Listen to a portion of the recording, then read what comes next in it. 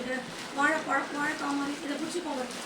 வாழைப்பழம், அப்புறம் வாழைத்தண்டு, எலுமிச்சைப்பழம் இதெல்லாமே எடுத்து வச்சுருக்காங்க.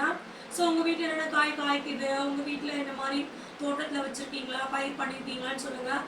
அம்மா, தாத்தா, ஆயா எல்லாருமே அவங்களுக்கு முன்னாடி இருக்கிறவங்க வரைக்குமே என்ன ஒரு இடம் இருந்தோட ஒரு அவரைக்காய் கொடி விதை ஊனி சின்ன இடத்தோட ஒரு கீரை, ஒரு பப்பாளி மரம், ஏதோ ஒரு காய் ஒரு மரம், முருங்கை மரம், ஒரு செடி, பூச்செடி, அதை பார்க்கும் போதெல்லாம் நமக்கு ஒரு ஆசை, மனசுக்கு ஒரு சந்தோஷம். நம்மளோட வாழ்க்கை செடியை பார்த்தாலே ஒரு சந்தோஷம்.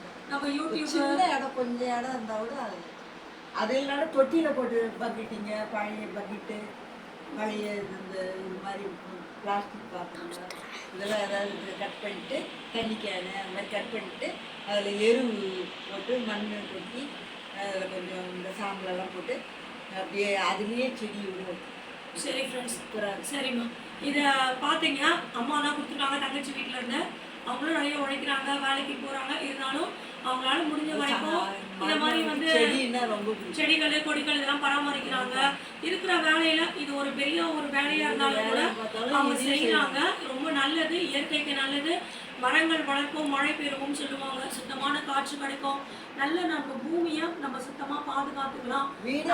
கூட சுற்றி கொஞ்சம் இடம் விட்டு கொஞ்சம் நீங்களும் செடிங்க வளங்க, மரங்க வளங்க. கொஞ்சம் இல்லாட்டி மாடி தோட்டமாவது வைங்க, ஒரு கவர்லையாவது ஏதாவது செடி வைங்க. சுற்றி வச்சிங்கன்னா உங்கள் ஆரோக்கியத்துக்கு நல்லது, உங்களுக்கு நல்லது. நிச்சயமா நீங்க வைக்கிற ஒரு செடியோ கொடியோ மரமோ இதே மாதிரி இதை விட பல மடங்கு உங்களுக்கு லாபத்தை கொடுக்கும். விவசாயத்தை மதிங்க, விவசாயிகளை அவங்களுக்கு நன்றி சொல்லுங்க. ஒரு படி சோறு நம்ம இன்னைக்கு சாப்பிட்றதுனா கூட அவங்க இன்னைக்கு அவங்க சேத்துல காலை வச்சு அந்த மழையில, புயல்ல, வெயில்ல எவ்வளோ கஷ்டப்பட்டு தான் அந்த விவசாயத்தை பண்றாங்க. அவங்களுக்கு நிச்சயமா ஒரு நல்ல ஒரு எதிர்காலம் கிடைக்கும். சுண்டைக்காய் காய்ச்சா விட அதுல இருந்து அந்த சுண்டைக்காயை பறிக்கும் போது ஒரு சந்தோஷமா இருக்கு காய். அதனால நீங்களும் ஒரு காய் பறிக்கும் போது அது ஒரு சந்தோஷம். நேரடியா போயிட்டு விவசாயிங்க கிட்ட வாங்குங்க. விவசாயம், காய்கறிகள், பழங்கள் எல்லாத்தையுமே உங்க வீட்டுல இந்த மாதிரி பழங்கள், காய்கறிகள் வச்சிருக்கீங்களா, காய்ச்சிருக்கதாட்ட கமெண்ட் பண்ணுங்க. அம்மாவுக்கு தேங்க்ஸ் சொல்லணும். என் தங்கச்சி வீட்டுக்கும் எனக்கும் ரொம்ப தூரம் போக முடியாது. இவங்க பார்க்கறதே எனக்கு ரொம்ப கஷ்டமா இருக்கு. வாங்கி வச்சு நம்மளுக்கு ஒரு ஃபோன் பண்ணி கூப்பிட்டுருக்காங்க. அம்மா தான், என்னவா இருந்தாலும் எப்படி இருந்தாலும் அப்படின்றது இதெல்லாம் உங்களுக்கு பார்த்தாலே தெரியும். ஸோ உங்கள் வீட்டில் உங்கள் அம்மா உங்களுக்கு என்னென்ன கொடுப்பாங்க பண்ணுறாங்கன்றத கமெண்ட் பண்ணுங்க. பாடி சொல்லிடுங்க.